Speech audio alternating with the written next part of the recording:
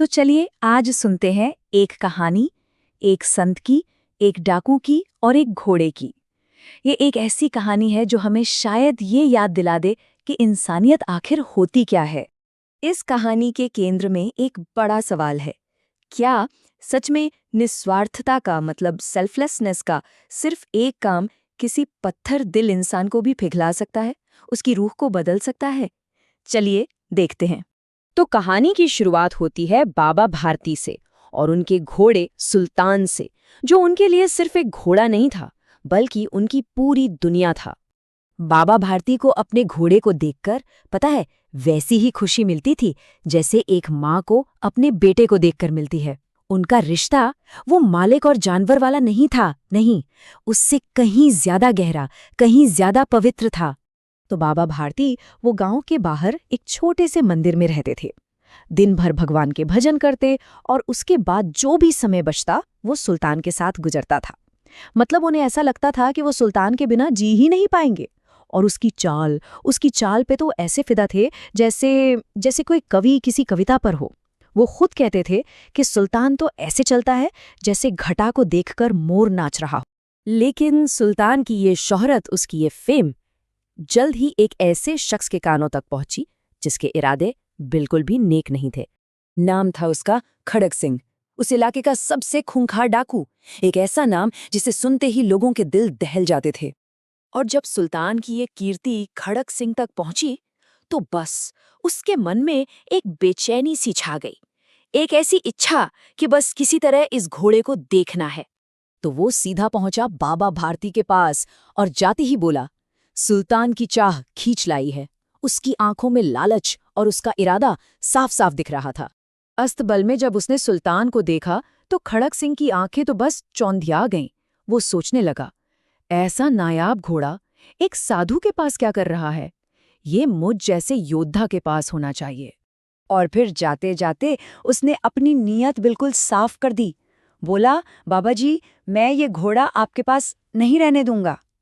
ये एक धमकी थी, एक खुली चुनौती। खड्ग सिंह के ये लफ्ज बाबा भारती के मन में एक कांटे की तरह चुभ गए। बस उस दिन के बाद उनकी रातों की नींद ही उड़ गई।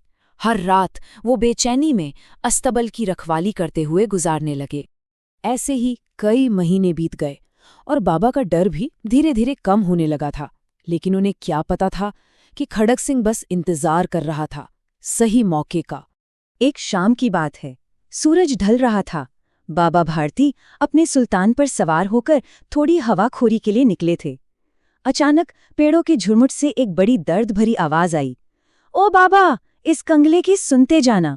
बाबा ने देखा तो एक अपाहिज दर्द से तड़प रहा था। उसने गुहार लगाई कि उसे पास के गांव तक घोड़े पर छोड़ दें। बस बाबा भारती का दिल तो दया से पिघल गया। वो खुद उतरे और उस आदमी को सुल्तान पर बिठा दिया। और तभी एक झटके के साथ वो अपाहिज आदमी तनकर सीधा बैठ गया। उसने लगाम खींची और घोड़े को एड़ लगाकर हवा से बातें करने लगा। जी हाँ, वो कोई और नहीं, डाकू खड़ग सिंह था। बाबा भारती तो बस सुन्न रह गए। लेकिन इसके बाद जो हुआ ना, वो खड़ग सिंह ने कभी सपने में भी नहीं सोचा होगा। बाबा भारती ने अपनी पूरी ताकत से चिल्लाकर कहा, जरा ठहर जाओ, मेरी एक प्रार्थना है, उसे ठुकराना मत, नहीं तो मेरा दिल टूट जाएगा। अब खड़ग सिंह को लगा कि बाबा घोड़े के लिए गिड़गिड़ाएंगे, माफी मांगेंगे। लेकिन बाबा भारती की विनती कुछ और ही थी। उन्होंने कहा, देखो, बस इस घटना का जिक्र किसी से मत करना। ये सुनकर तो खड़ग सिंह का मुंह हैरानी से खुला का खुला रह गया। उसे समझ ही नहीं आया कि ये हो क्या रहा है। उसने पूछा, बाबा जी, इसमें आपको क्या डर है? और तब बाबा भारती ने वो शब्द कहे जिन्होंने उस डाकू के दिल पर जैसे हथौड़े की तरह चोट की। उन्होंने कहा, लोगों को अगर इस घटना का पता चल गया ना, तो वो किसी दीन दुखी पर विश्वास करना ही छोड़ देंगे। सोचिए, उनकी चिंता अपने घोड़े के लिए नहीं थी, इंसानियत में विश्वास के लिए थी। बाबा भारती तो ये कहकर चले गए, पर उनके शब्द खड़ग सिंह के कानों में गूंजते रहे, देर तक उसके ज़मीर को झंझोड़ते रहे। वो बस सोचता रहा कि कितने ऊंचे विचार हैं ये, कितना पवित्र भाव है।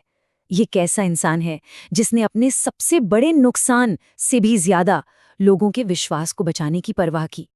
अब खड़ग सिंह को एहसास हुआ कि बाबा को वो घोड़ा अपनी जान से भी ज्यादा प्यारा था, और फिर भी उन्होंने उस प्यार को इंसानियत पर कुर्बान कर दिया।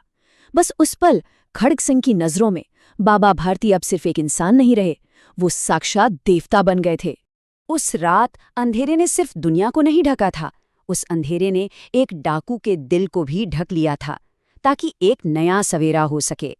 और हुआ भी वही। रात के घने अंधेरे में खड़ग सिंह चुपके से मंदिर लौटा। उसने सुल्तान को वापस उसके अस्तबल में बांध दिया। उसकी आंखों से आंसू बह रहे थे। ये आंसू पछताव के थे, ये आंसू एक नए इंसान के जन्म के थे। सुबह जब बाबा भारती ने सुल्तान को अपनी जगह पर खड़ा देखा तो वो उससे लिपटकर ऐसे रोए जैसे सालों बाद कोई पिता अपने बिछड़े हुए बेटे से मिलता है, और उनके मुंह से बस यही निकला, अब कोई गरीबों की सहायता से मुंह नहीं मोड़ेगा। और कहते हैं कि उस रात एक संत के आंसू और एक बदले हुए डाकू के आंसू दोनों एक ही धरती की मिट्टी में मिलकर एक हो गए थे। कितना खूबसूरत अंत है ना? ये दिखाता है कि करुणा यानी कंपैशन सबसे कठोर दिलों को भी पिघला सकती है। पर सवाल अब भी वही है, क्या हम सबके अंदर एक बाबा भारती छिपा है जो किसी खड़ग सिंह को बदल सके?